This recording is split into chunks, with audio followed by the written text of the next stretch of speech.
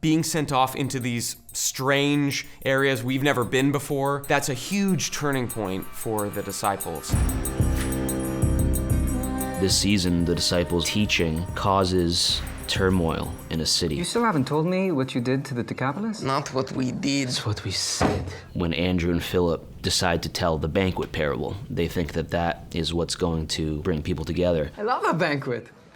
The idea is easily misinterpreted. So go out and find some leftovers did not exactly play well.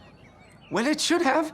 God wants everyone to come to the party. Our preaching in the area has caused almost an uprising and civil unrest. It's brother against brother out there. When we hear from Leander that clearly something's missing because there's so much unrest, we find that it's just way over our heads. Violence has spread throughout the city. People have been kicked out of their homes.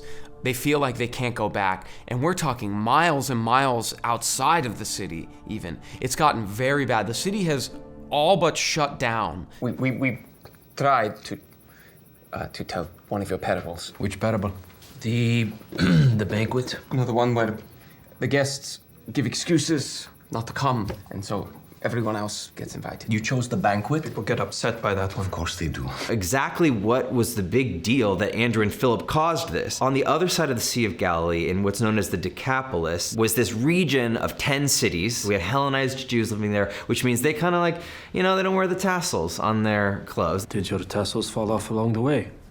Oh, my goodness. Yes, they must have. They're way out in the Decapolis in this melting pot. They were just kind of loosey-goosey. It is as I expected in the Decapolis. Greek influence has polluted your faith. But then you have, within the Decapolis, you've got some groups that are at each other's throats. You have Nabateans, who are sort of nomadic, coming from the east. You have Syrophoenicians, who are very Greek, who have migrated down into the Decapolis, and they're not getting along with the Hellenized Jews. Even though they're Greek influenced, they're still Jewish. In the first century, anti-Semitism was alive and well. If your race weren't so repugnant and odious, I'd offer you a job. I cannot take that as a compliment. They were Gentiles who didn't like Jews, and they were Gentiles who didn't like other Gentiles, and then there were Jews who, as we know, didn't like other Jews. The Hellenized Jews were too Greek. You said this to a mixed crowd?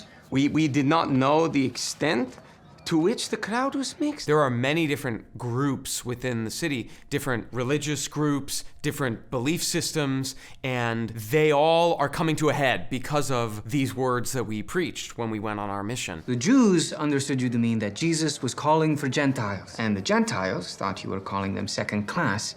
People abandoning their posts, saying we actually believe what they were teaching, so we don't want to do what we were doing before. And then the city just kind of starts to fall apart. It was demoralizing. All these different factions and ethnicities and religions, everyone starts blaming each other, and it causes mayhem. And Philip's looking himself in the mirror and saying, what have I've been preparing my whole life for this? I'm a failure. You're the one who's supposed to be made for this. Yes, I thought I was. It just kind of sets him into a tailspin. He's a different Philip right now. Andrew last season, season 2, was sort of going through what Philip goes through this season, which is we're being thrown right in the water, and I don't know if I know how to swim. Did we fail? Is that what we were supposed to do? So then we have to wrestle with, in Philip's mind, failure, and in my mind, just really trying to have my faith in the process and in Jesus. We see so much conflict that mirrors our own world, and I hope that people take that away from season 3 of The Chosen, especially near the end. One thing that's really valuable about the Bible and other sacred texts is just how uncanny it is the way human behavior has not changed. Full stop.